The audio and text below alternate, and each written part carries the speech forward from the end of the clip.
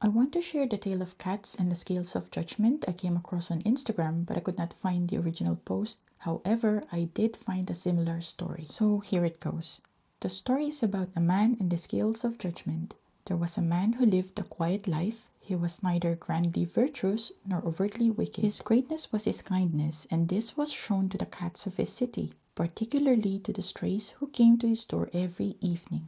He had little money, but he always saved a portion of his meager meal for a cat, a small calico with one ear torn from a long ago fight. When the man passed away, his soul traveled to the hall of judgment, a vast chamber where the worth of a life is measured. Before him stood a magnificent scale. On one side, the judges, who looked like tall, silent beings with impassive faces, placed a single feather, representing the weight of a pure and righteous heart. On the other side, the man's life was to be weighed.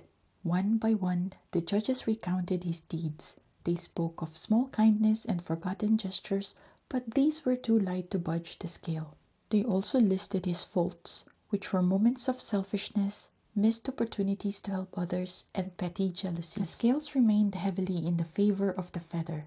The man's heart sank. He had always believed himself to be a decent man, but in the face of absolute truth, he was found wanting. "Your soul is not balanced," one of the judges pronounced. "The feather remains heavy with the weight of justice, and your deeds are too light." Just as the verdict was to be sealed, a sound broke the silence, a chorus of insistent meowing protests. The hall doors burst open, and a stream of cats poured in, cats of every shape and color, tabbies, calicos, fluffy Persians, and sleek Siamese, all padding into the hallowed chamber.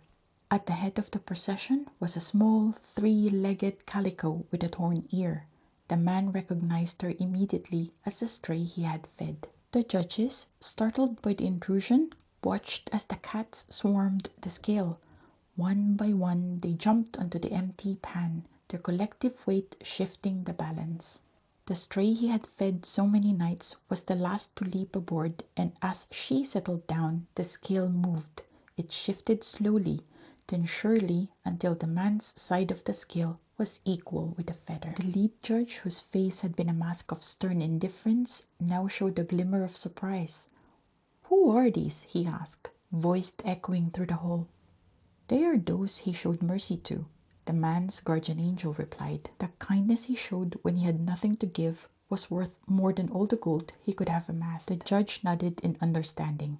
"The scales are balanced," he announced, "not by the great deeds of a saint, but by the accumulated love of those who received his small kindness. And the soul of the man is not found wanting."